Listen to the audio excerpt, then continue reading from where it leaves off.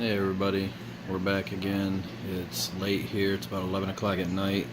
I just want to talk about the Crossover 3 Pro um, program and manual. There's a lot of reviews about this program. There's some good and there's some bad reviews.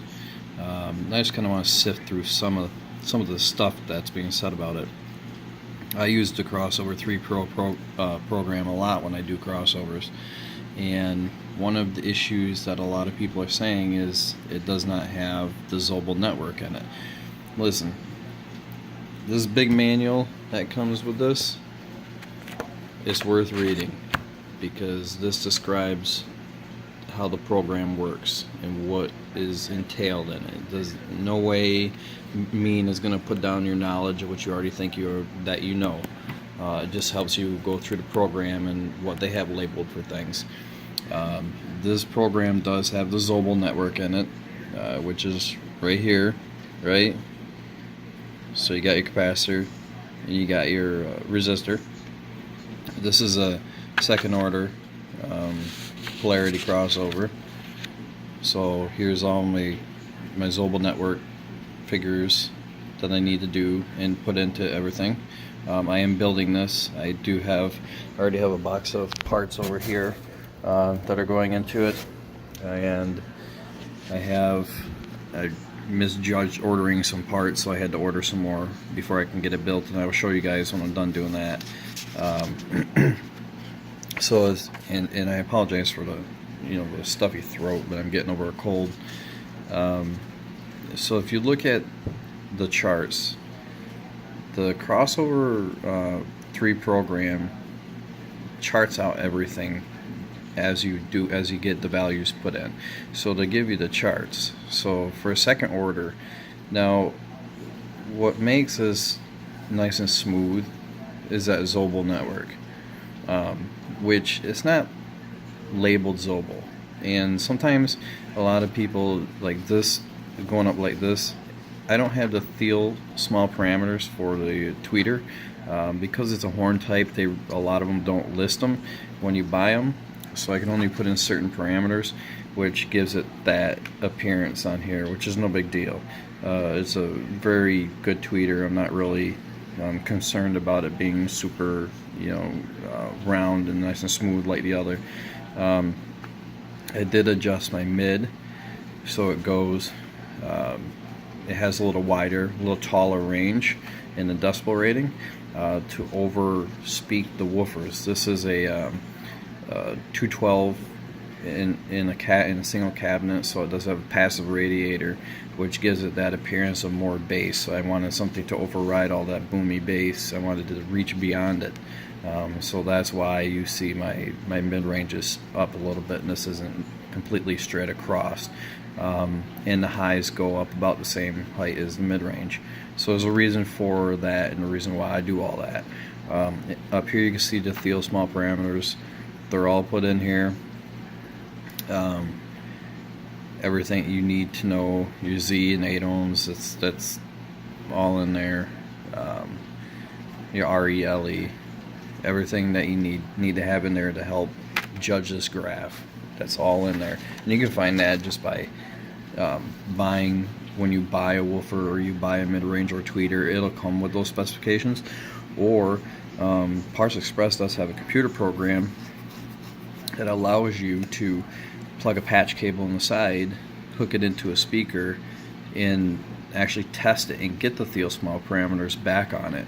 If you're into doing vintage speakers, I would suggest that program. It works very well.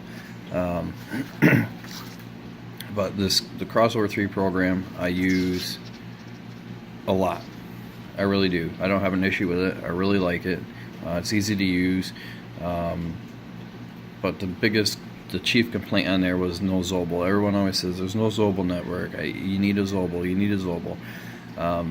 I don't always use the Zobel network. I use them. I'm using them in the big Sanyos because I'm using them to increase more power. I'm doing more power through them, so I do want the reactance to be down from the speakers, then not have such a harshness back on it. But it did not use a Zobel network in the fishers that it did, that I showed you guys, and they turned out just fine. So it's not really a must in my eyes. Somebody will probably argue with me on that, but in my eyes it's not a must. Okay, here's a look at the computer screen. Here's what I want to show you. If you go into driver properties, and you, like now I'm in the woofer, it's not listed as Zobel network, because once you go to impedance EQ, and I have it clicked on right now, but if I click it off, see that Zobel goes right away. Click it back on, comes back. Click it off, goes away. That is what your Zobel is, right there. Impedance EQ. It's not listed as Zobel. So some people might be overlooking it.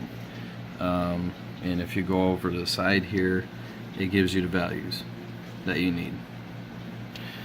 So it's a pretty nifty program, guys. I wouldn't put it down. Right here is my crossover. Like I said, it's second order. It's all pass. So if you got your low pass to 1200 hertz and you go to your bandpass filter, your low end of your bandpass should be at 1200, and those two values should equal. In the upper end of the bandpass at 5000 should equal your high pass crossover beginning at 5000 hertz as well. And that's it.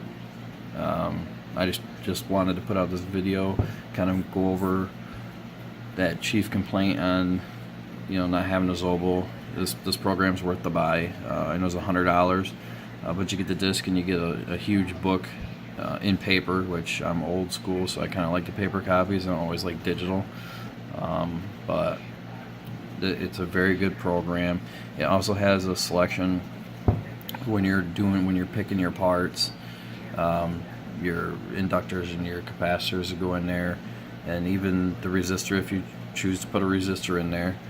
Now what you do for that is basically, I omitted that for the bandpass. I didn't want it because I want and I'll show you, I wanted my curve to go higher. So if I bring that back in, then it brings my curve down. Now pay attention to the blue. You're going to see if I omit that again, it's going to raise. See that? And then add a resistor, and it takes it down and makes it level with the low pass. I didn't want that, I wanted it stretched. I'm going to omit the resistor, and I'm going to bring that decibel gain up to 3.363, which is going to overspeak that woofer just a little bit. So the biggest thing I would say if you're going to build a crossover is to know the speakers you're building, to know what they can do, and what ranges you need to bring out, what ranges you need to suppress. That'll help you a lot in speaker building. You can't always just go to what you're reading online, and I mean, reviews help, and what people have to say on audio forums help, but I don't go by that specifically, because it's just people talking about things, and you don't know their education level and their experience level on anything like this, and everyone also has different ears. So what I might like, somebody else might not like. Doesn't make it right, and doesn't make it wrong. It just makes it in a matter of an opinion. So when it comes to this, I would spend $100, get this program if you're serious into building crossovers, and you want an old pair of speakers that you want to fix up. Even if it's just for one nice set of speakers that you want to keep, that are vintagey old, and I say vintagey old, it could be 90s models, it could be 80s models, it could be 70 models, 60 models. The SP2000s I got, the Sansuis, they're from 1969, and they were worth fixing up. So it doesn't matter what you have. If you're attached to it and you like them and you want to make them sound good, this program's worth $100. You'll spend another $150 in parts, so you're up to $250.